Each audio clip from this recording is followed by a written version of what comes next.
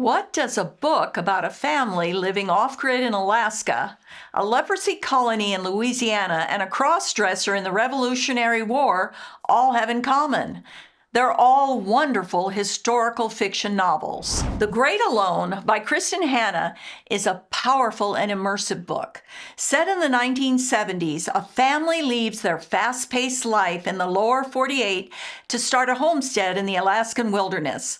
But the father, a Vietnam veteran struggling with PTSD, is unstable and dangerous, and both the mother and daughter try to survive his abuse. The author effectively captures the beauty and brutality of Alaska, while the tension in this family steadily builds. I kept wondering if this family could or should be saved. The story in The Great Alone draws you in and doesn't let you go until the last page. The Second Life of Muriel West by Amanda Skankendor was such a wonderful book. I was surprised I hadn't seen it on any award or bestseller list.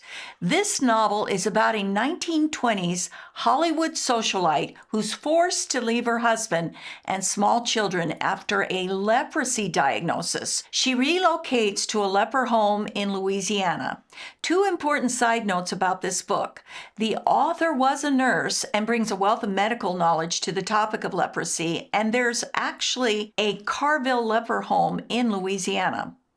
Throughout this book, I kept hoping Muriel could be cured of her leprosy and finally go home to her family.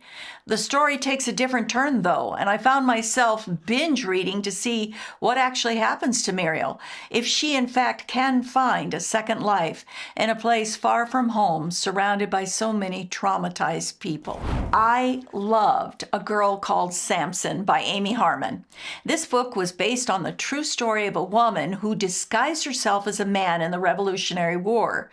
The main character, Deborah, is a powerless indentured servant who's preyed upon by the master until she finds a way out of her troubles. She escapes and dresses as a young man in order to enlist in the fight against the British. Deborah has many adventures and risks a discovery more than once by her superior officer, who's confused and dismayed by his attraction to the young soldier. A Girl Called Samson is a tale of an empowered woman who found a way in a very difficult time period for women to live the life she longed for and dreamed of.